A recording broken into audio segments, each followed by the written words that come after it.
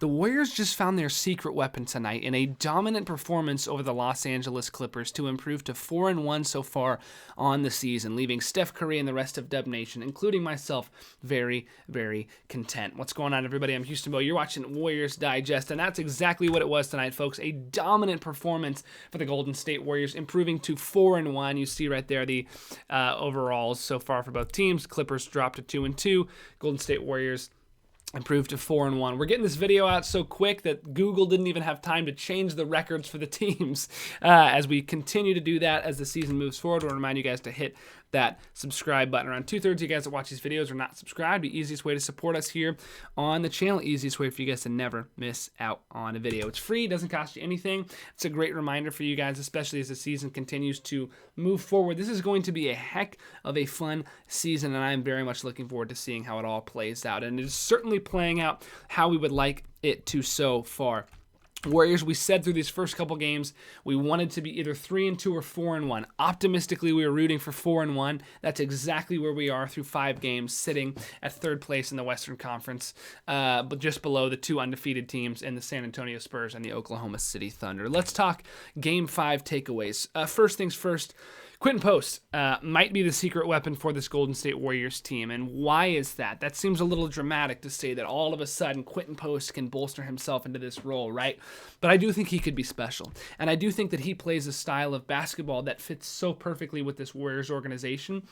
And the reason that I think that he could be potentially the secret weapon for this team is for a couple of reasons. Number one, everyone sees the addition of Al Horford as the biggest move for the Golden State Warriors this offseason, right? Obviously, there's the Jonathan Kuminga deal, the Melton deal, the Seth Curry deal, and those are all very important. But people understand that this front court alongside Draymond Green has needed a guy who has a strong defensive presence, shoots the ball well from 3, smart, all the things that Al Horford is, which is exactly why we brought him onto the team, right? Here's the deal. Al Horford's 39 years old. He's not going to play all the games this season. In fact, he's already missed 2 out of the first 5 games of the season because they were 2 back-to-backs, and he has spoken about how he is not going to play back-to-backs throughout the season. So we need somebody to step up. Those 2 guys, Quentin Post, Trayce Jackson-Davis, the 2 backup centers on this team, the 2 guys in position to make that leap.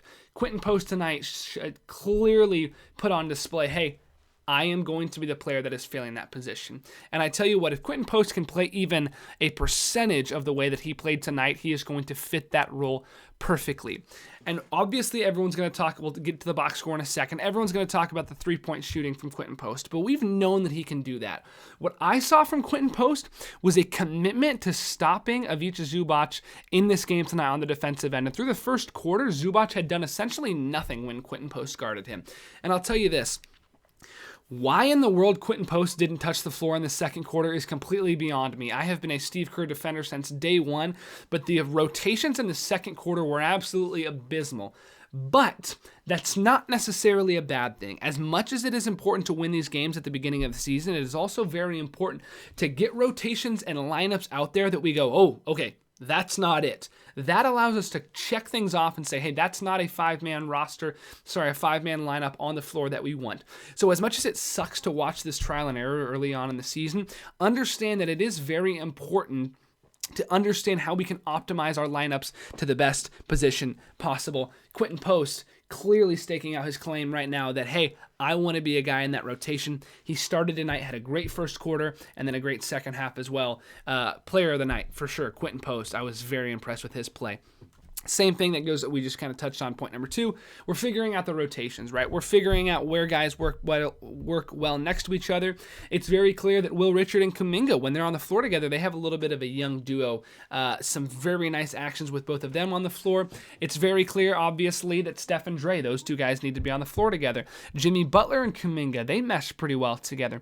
Quentin Post seems like he matches up pretty well in the front court alongside Draymond Green because he stretches the floor just like Al Horford does, which is, again, why Al Horford and Draymond Green are such a fantastic duo out there. So we're figuring out what works and, more importantly, what doesn't work to move forward and move away from that as the season progresses.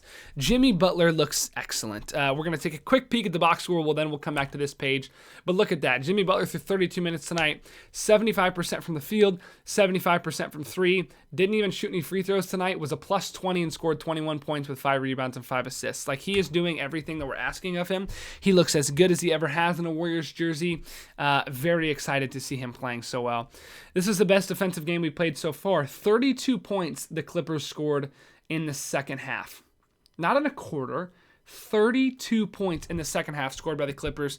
Only ended with 79 points. And this is putting on display as well the way that the Warriors, when they commit to playing high-level basketball on the defensive side of things, proves that defensive mentality, all those years of the Warriors winning championships and the defense being what led the way, right? And even in that 2022 season, the reason we won the championship is because defensively we were so scrappy, and that Boston team through games 4, 5, and 6 didn't have an answer for the way we were handling them defensively, especially with our one-on-one defenders.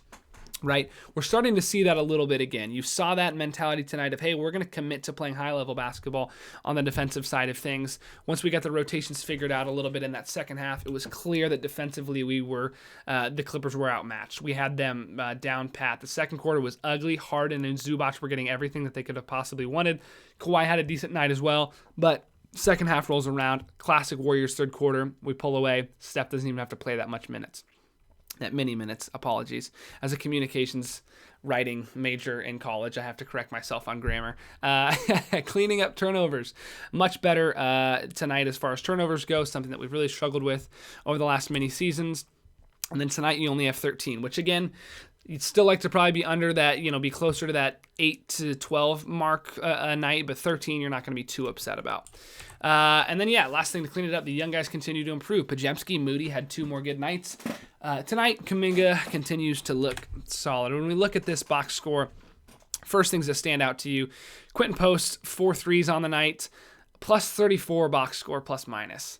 That might end up being the highest plus minus of anybody in the entire season, except for the opportunity when the Warriors maybe blow out a team by 50. But we only won tonight's game by 19, and Quinten Post had a plus 34 plus minus, which again, he didn't play in the second quarter hardly at all, actually, if at all. And that was the time that the Clippers made their comeback. And then the third quarter, he comes back in, and good things happen. So that's proof tonight. Hey, get him the ball, and then also involve him in action. And then rebounding was what I was most impressed with. Defensively, he was bolstering himself right up against Zubac and saying, you're not going to get everything that you wanted like Zubac typically does against opposing centers. And so I was impressed with him there as well tonight. Kuminga, probably his worst performance of the season so far, and it was still solid. 9 points, 5 rebounds, an assist, and a steal. Some of the old decision-making stuff wasn't great from Kuminga tonight. He ended up having 2 turnovers and 3 personal fouls, but you're going to have a night like this where other guys are stepping up and you're just not asked to do that much, and I was okay with his performance tonight. Off the bench, to finish up starting lineups, Draymond and Steph played around the 26 to 30 minute mark again. Plus 29 for Draymond. I mean, Draymond impact, 3 steals, 4 assists, 7 rebounds. We're going to make a whole video here soon on why Draymond Green is probably the most underrated player in NBA history. And then Steph Curry, 19 points, 8 assists, couple of steals, plus 16. Didn't shoot it that great, but hit all his free throws. The team tonight won by 19, and we shot 4 free throws. 4 free throws? Are you kidding me? That's insanity. Looking at the bench, Al Horford played 21 minutes tonight, was a negative 12. Lowest plus minus on the team by far. Couldn't hit a shot tonight. Ended up hitting 1 little post midi to end the game, but an all right performance, or not a great performance from Al. But again, there's going to be nights like this where guys just aren't asked to do that much because the other guys are playing so well, and that's just the expectation. Steph said it 2 nights ago. Hey, when it's time for guys to step up, be ready and step up. Moses Moody, 22 minutes off the bench, ended with a plus 18, highest plus minus off the bench by far. 9 points, hit 3 threes, a couple of assists, a steal, and a couple of boards as well. The rest of the guys closed it out pretty well. Podziemski, I was impressed with, continues to get better and better.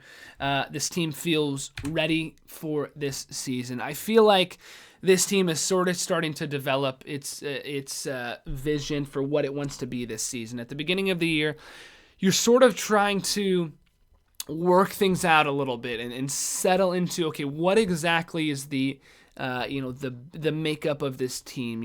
How do we want to play from an offensive side of things and a defensive side of things? No zone from the Warriors tonight. We saw that a couple nights ago. Tonight they focused on, hey, we're going to play hard man-to-man basketball. Didn't always work the greatest when James Harden had the ball in his hands, but for the most part, the Warriors did a great job. Again, only scoring about 30 points in the second half did Los Angeles. So you tip your cap to the guys that played well, and then you also look at the Warriors and you say, hey, continue to improve on the things you can improve. We've got a tough road stretch coming up. Pacers, Bucks, a couple of other games on the road, and then back home. Hopefully we can continue to finish out October on the right stretch of things, and then move on to November. Get Seth Curry and Melton back here very soon. Be ready to continue to improve. Fun start to the Warriors season so far. 4-1, third in the Western Conference. I've been Houston Bo. You guys have been the fans. Thank you so much for tuning in. We'll catch you guys in the next one, and as always, go Dubs. Peace.